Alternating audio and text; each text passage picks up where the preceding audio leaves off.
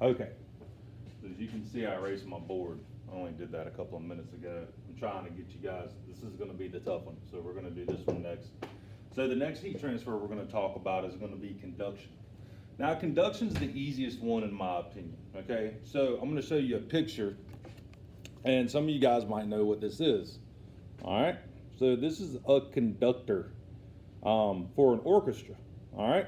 So if you look at that conductor, she has a wand in her hand, and this wand is obviously made to keep the rhythm, to keep the orchestra in the beat of the music, and that's what she does. So she is touching the wand, okay? So this is a good way for us to remember the word conduction, is to remember a conductor holds their wand in their hand so that they can keep the beat with the orchestra and they can lay out the beat.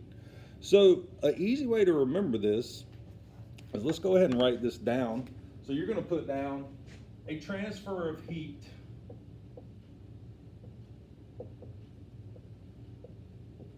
by direct touch, okay?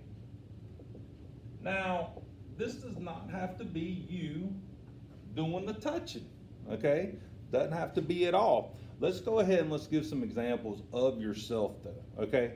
So, obviously, we've already used this example before. You touching a stove, a hot stove.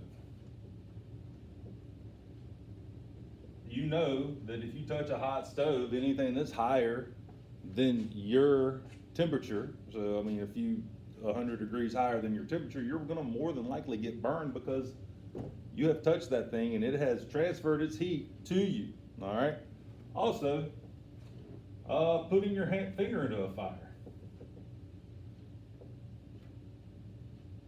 Okay? I do not know the exact temperature of fire, but I do know that it's a lot hotter than 98.7 and it will burn you. Okay? So these are examples of you getting burned. But let's talk about another transfer of heat with conduction.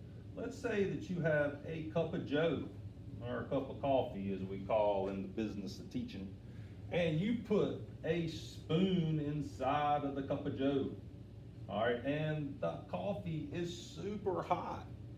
I put the spoon in there and it's 75 degrees, all right, because it's in the room temperature. The coffee is 200 degrees Fahrenheit. These are all Fahrenheit. I do not know the Celsius conversion for those.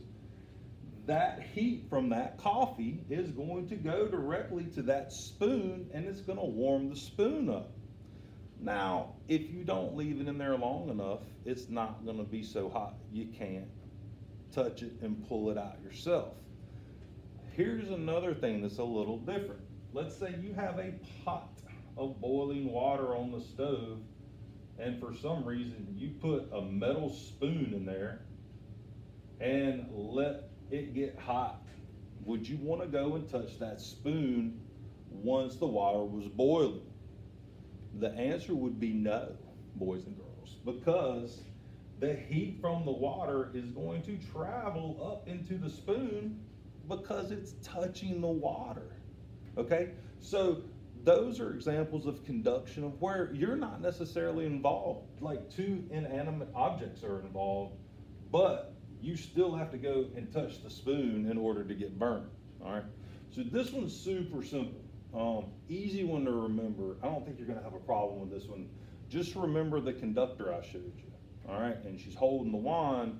She's holding the wand in her hand, and it's touching her hand. So conduction is going to be the transfer of heat from an object, a hotter object, to you, okay? Pretty easy one to understand. This one right here is going to be a tough one.